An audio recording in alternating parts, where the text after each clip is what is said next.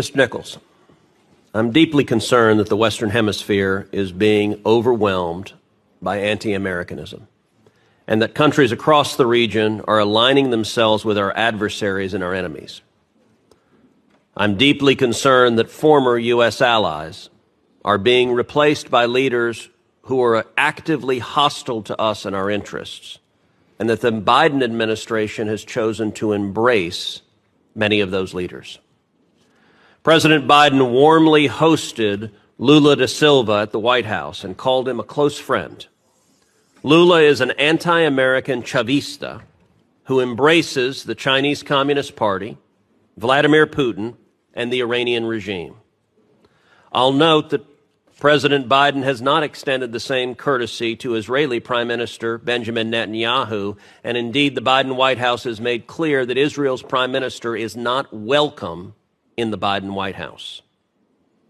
Now, one of the very insidious ways that our adversaries and our enemies have infiltrated the region is through corruption.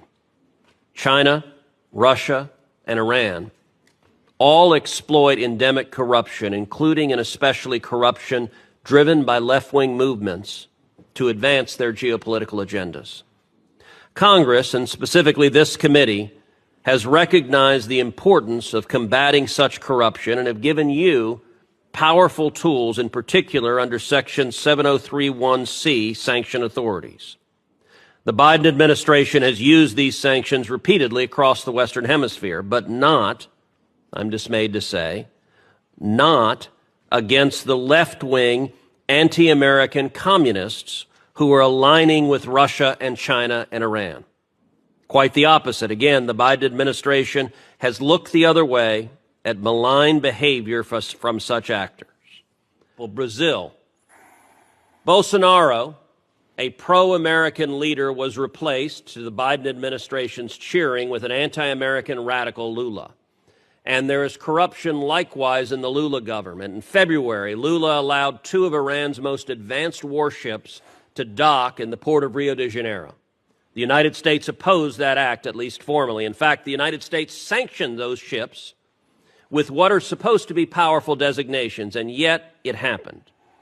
I believe the Lula government's corruption played a significant role in their decision to ignore the Biden administration and allow the docking. Do you agree with that assessment? And has the Biden administration enforced any sanctions related to that instance, and in particular to the Brazilians providing material support to the Iranian ships? The administration engaged our partners throughout the hemisphere, and we're very pleased that the Iranian ships were not able to dock anywhere else. We're deeply disappointed that one of the two ships was able to dock in Brazil. The other was offshore.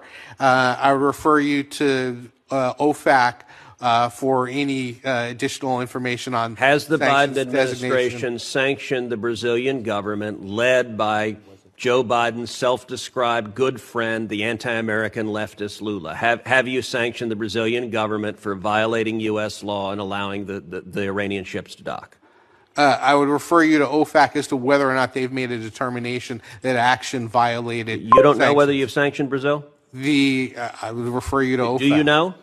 I would refer you to OFAC. Do you know the answer? That's a yes or no question. Do you know whether the Biden administration has sanctioned Brazil?